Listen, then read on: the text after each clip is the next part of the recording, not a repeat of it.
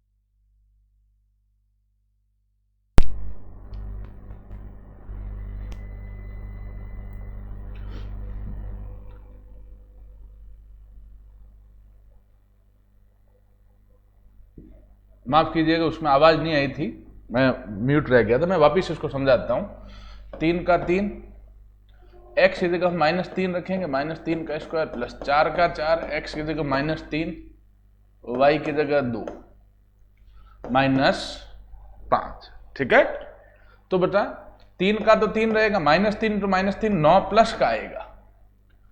अब ये प्लस ये माइनस गुणा माइनस, माइनस गुणा हुआ प्लस से तो माइनस, 4 3 12 12 24 -5, ये हो गया 27 -24 -5। तो 27 -24 और -5 -29, 27 -29, तो आंसर कितना आ जाएगा, -2। तो हमें यहां ध्यान देना है कि x कितना दे रखा था, -3, y कितना दे रखा है 2। तो x जगह -3 रख दें, y की जगह 2 रख दें और इसको हल कर ले। चिन्ह का इसमें थोड़ा विशेष ध्यान देना है, चिन्हों का हमें विशेष ध्यान देना है इसमें। ठीक है, चलिए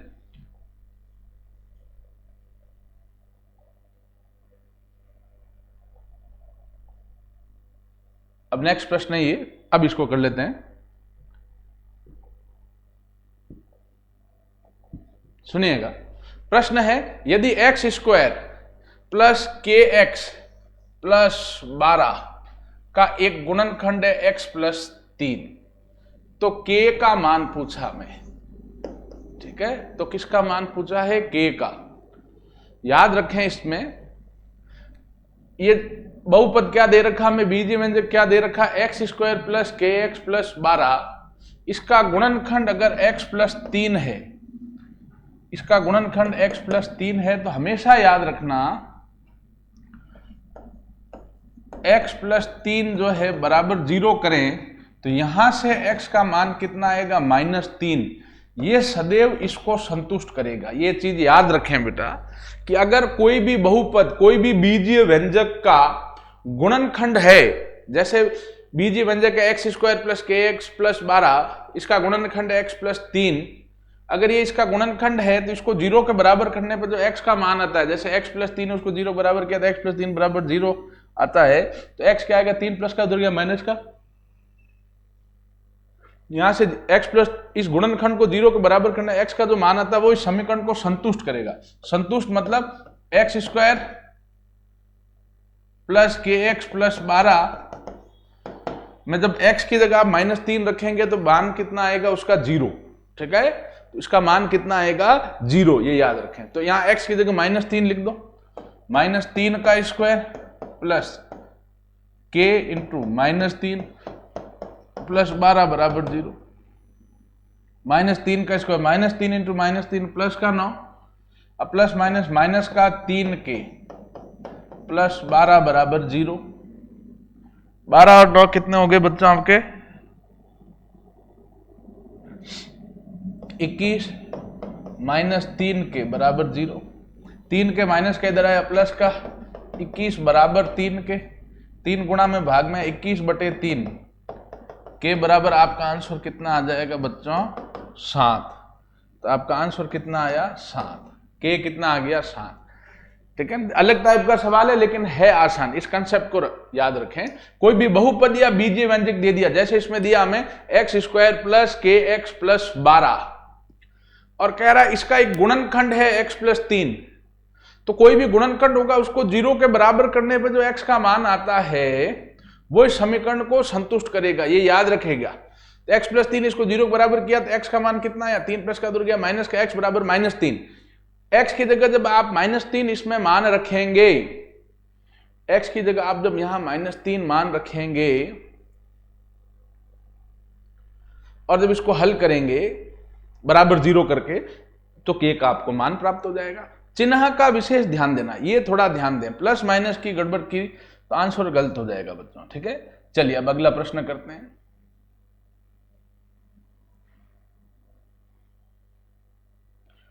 इसमें भी वही जो पिछले सवाल में मैंने तरीका बताया था बच्चों, वही तरीका इसमें लगेगा। क्या कह रहा है? एक बहुपद है, ये सवाल दिखने में बड़े लेकिन केवल मान रख के हल करना होता है, बाकी कुछ नहीं इसमें, है ना। सवाल है एक बहुपद है 3x की घात 4 माइनस 4x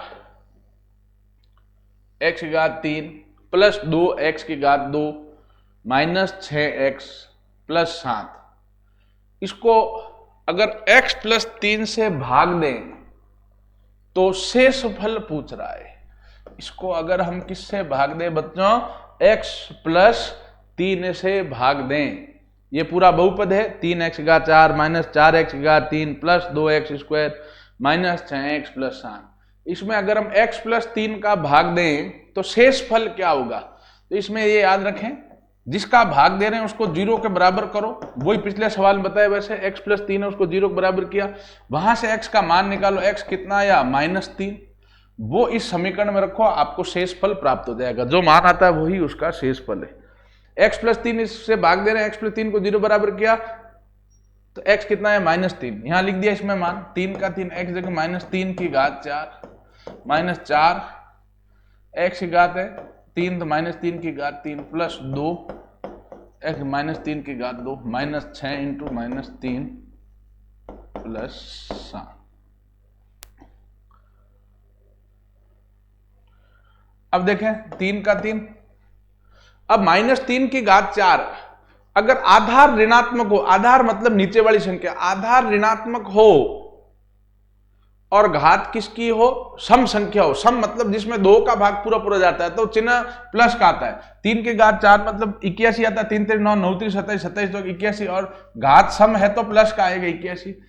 अब -4, अब 3 की घात 3 3 9 9 3 27 और घात विषम है, विषम सम मतलब जिसमें 2 का भाग जाता है, विषम मतलब जिसमें 2 का भाग नहीं जाता, ये विषम है माइनस आएगा। अब +2 का 2, -3 की घात 2, -3 to -3 प्लस का 9 माइनस, अच्छा ये माइनस माइनस गुणा प्लस का 18 प्लस का 7। अब 81 को 3 से गुणा किया 243, अभी माइनस माइनस गुणा हुआ प्लस, 728 8 आठ लगी 2 4 8 8 2 10 108 प्लस 18 प्लस 18 प्लस 7।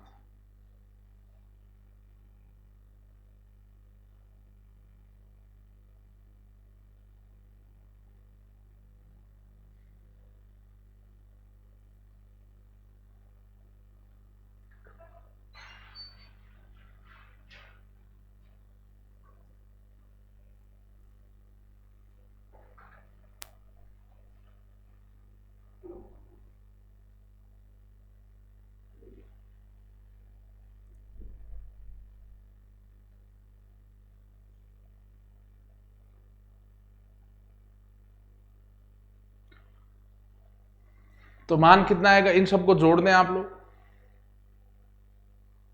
हमने क्या किया, पहले इसको जोड़ देते हैं। 7 और 8 15, 15 और 8 23, 23 और 8 31, 31 और 3 34 चौको 80 लगी 3, 3 1 4, 4 1 5, 5 और 0 5, 5 4 9 और ये 394। एक बार वापस चेक कर लेते हैं, ठीक है, सुनिएगा।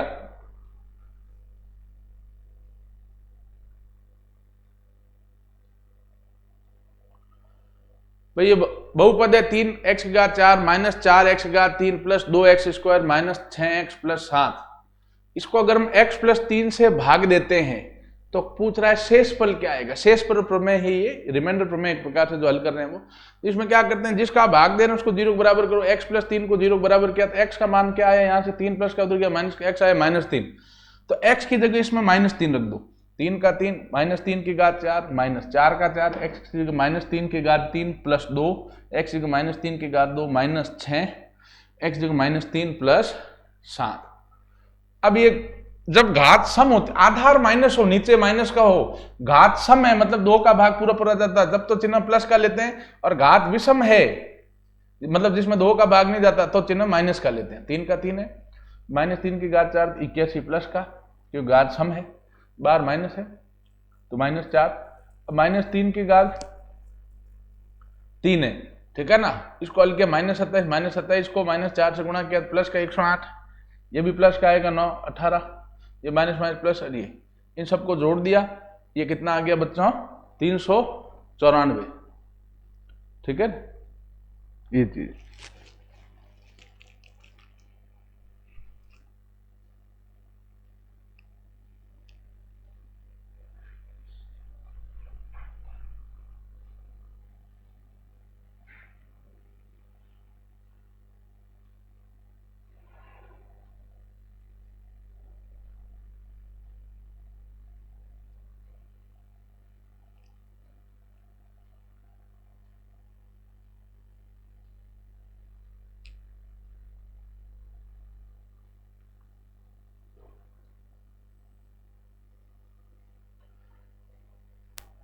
चलिए अब हम इससे अगले सवाल की ओर बढ़ते हैं बेटा।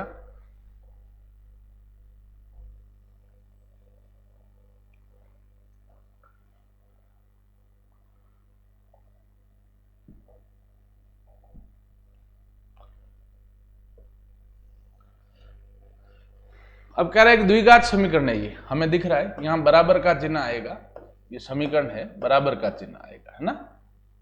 एक द्विघात समीकरण 9x square plus 4 sorry plus के एक्स प्लस 4 बराबर 0, यहां बराबर का चिन्ह है, बराबर 0 है, के मूल समान हो। मूल कैसा कह रहा है बच्चों? समान। मूल समान हो तो हमें के का मान पूछ रहा है। इसमें मैंने जो सूत्र बताए थे वो याद होने चाहिए। कोई भी द्विघात समीकरण किस रूप का होता है बच्चों? कोई भी द्विघात समीकरण होता है A X square plus B X plus C बराबर 0 के रूप का होता है। ए एक्स स्क्वायर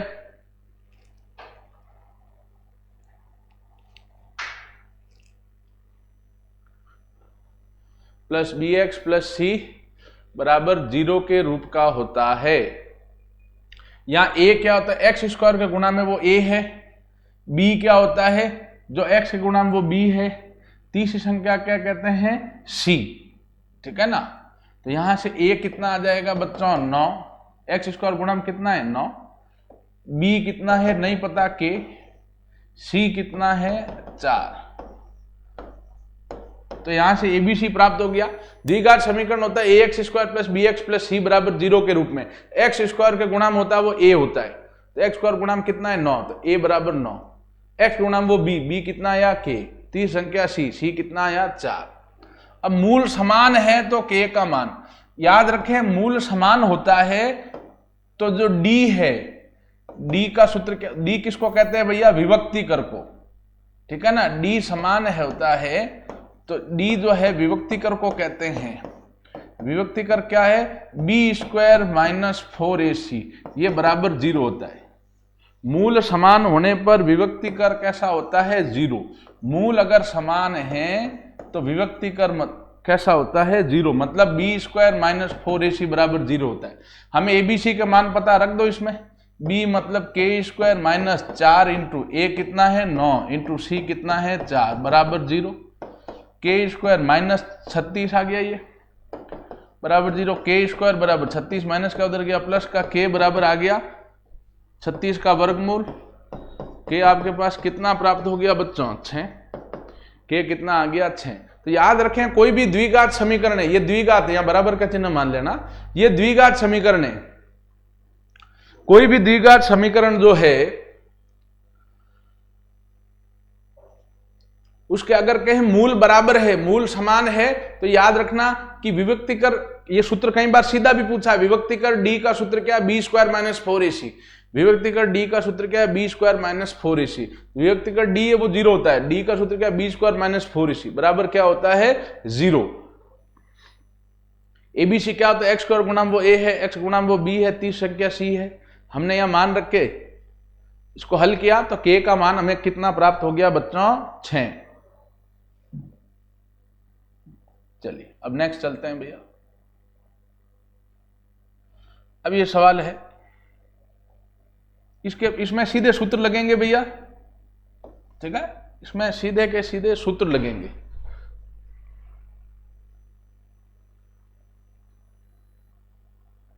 ये प्रश्न करें इसको एक बार।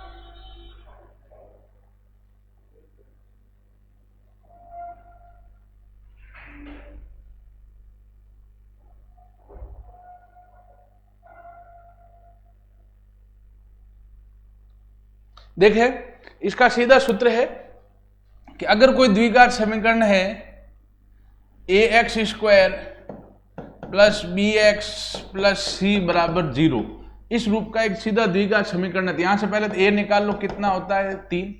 एक्स स्क्वायर गुणा वो ए, बी कितना है? 5, सी कितना है? 1।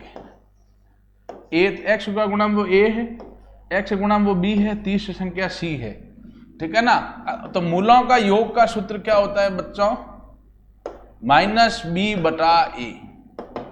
मूलों के योग का सूत्र क्या होता है, माइनस बी बटा ए। तो हमें पता है सीधा बी का मान लिख दो, माइनस का माइनस, बी का मान 5 बटा ए कितना है 3। आंसर हो गया -5/3। आंसर कितना हो गया बच्चों, -5/3। सीधा सूत्र है, इसमें कुछ भी हमें समझने की आवश्यकता नहीं है। कोई ये द्विघात समीकरण होता है, द्विघात समीकरण किस रूप का होता है, ax² + bx + c = 0। x² के गुणाम होता है वो a होता है, तो a कितना आया 3, x गुणाम वो b कितना हो गया 5, 30 संख्या c कितना 1। मूलों का योग का सीधा सूत्र है ये रटना। कई बार ये सूत्र सीधे पूछे जाते हैं, जैसे पिछले सवाल में विभक्ति कर का सूत्र बताया कि d = b² - 4ac वगैरह। तो ये तो -b बटा a, तो ये कितना आया -5/3। ठीक है।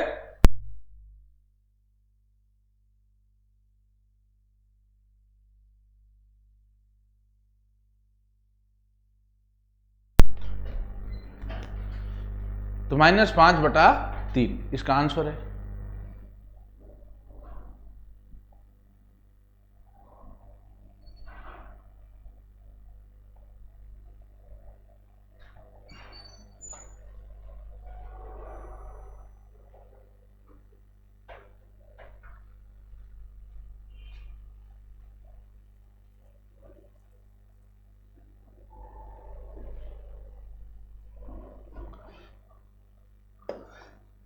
अब है मूलों का गुणा।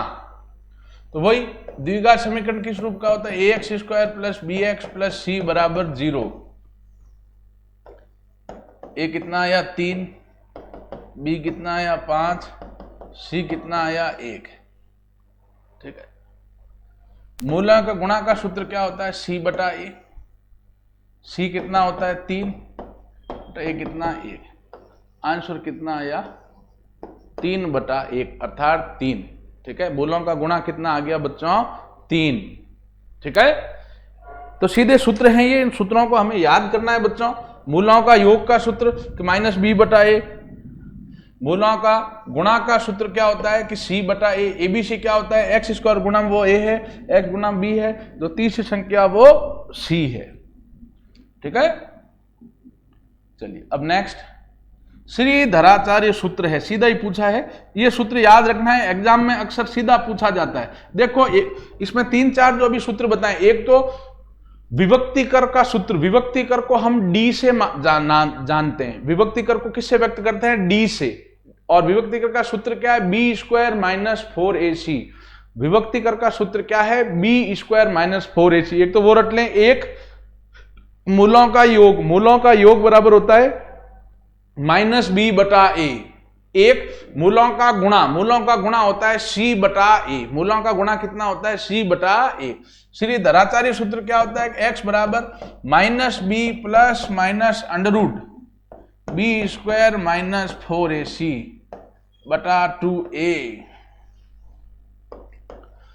श्रीधराचार्य सूत्र क्या है, x बराबर -b plus minus √ b² - 4ac upon 2a। ठीक है। ये सीधा सूत्र, ये कंठस्थ करना है। एग्जाम में कई बार सीधा ही पूछा जाता है, प्लस 4 ऑप्शन देगा, चारों में कहीं प्लस माइनस ऊपर नीचे कर लेगा। ठीक है ना, ये चीज है। चलिए तो ये चैप्टर अपना समाप्त।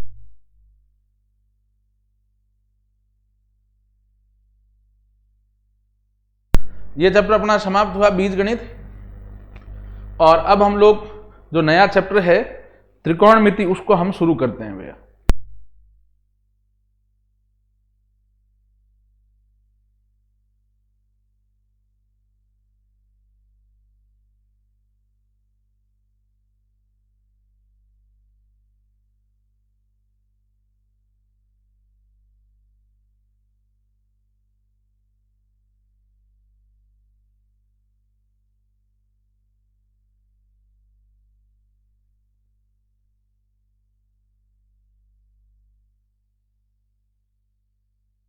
अगला चैप्टर लेते हैं त्रिकोणमिति।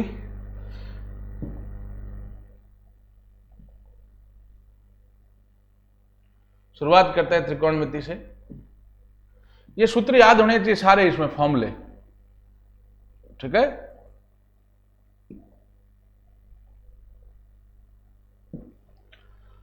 कह रहा यदि थीटा एक न्यून कोण और साइन थीटा बराबर दे रखा है 5/13, साइन थीटा कितना है 5/13, तो टेन थीटा का मान पूछा है। ठीक है, साइन थीटा दिया, देखो लाल बटा कक्का से आपको याद होना चाहिए, ठीक है ना। ये सारे सूत्र जो है वो मैंने आपको सूत्रों का पेज टेलीग्राम चैनल पे भेजा है, आप सूत्रों को जरूर रटें। साइन थीटा मतलब क्या होता है, वो लाल बटा कक्का से वो सब चीजें, ठीक है ना।